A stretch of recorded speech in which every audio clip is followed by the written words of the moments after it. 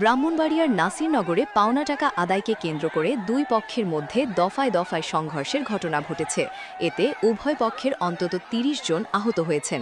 উপজেলার শ্রীঘর গ্রামের সাচ্চার পাড়ার বাসিন্দা নূরধন মিয়ার কাছে টাকা পান মধ্যপাড়া গ্রামের আরশ মিয়া।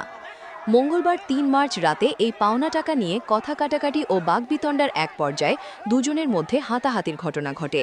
হাতাহাতি থেকে তৈরি হওয়া বিরোধের জের ধরে বুধবার ৪ মার্চ সকালে দুই পক্ষের লোকজন সংঘর্ষে লিপ্ত হয় উপজেলার শ্রীঘর গ্রামে। এক পর্যায়ে এই সংঘাত পুরো গ্রামে ছড়িয়ে পড়ে। দফায় দফায় চলা এই সংঘর্ষে দুই পক্ষের অন্তত ৩০ জন আহত হন। খবর পেয়ে পুলিশ দ্রুত ঘটনাস্থলে পৌঁছে পরিস্থিতি নিয়ন্ত্রণে আনে। সংঘাতে আহতদের স্থানীয়ভাবে প্রাথমিক চিকিৎসা দেওয়া হয়েছে। ব্রাহ্মণবাড়িয়ার সহকারী police superintendent Sarail circle Mohammad Jahangir Alam জানান, পাওনা টাকা নিয়ে সংঘর্ষের সূত্রপাত হয়। এতে দুই গোষ্ঠীর লোকজন অংশ নেয়। বর্তমানে পরিস্থিতি নিয়ন্ত্রণে থাকলেও পরবর্তী সংঘর্ষের আশঙ্কায় এলাকায় পুলিশ মোতায়েন রয়েছে।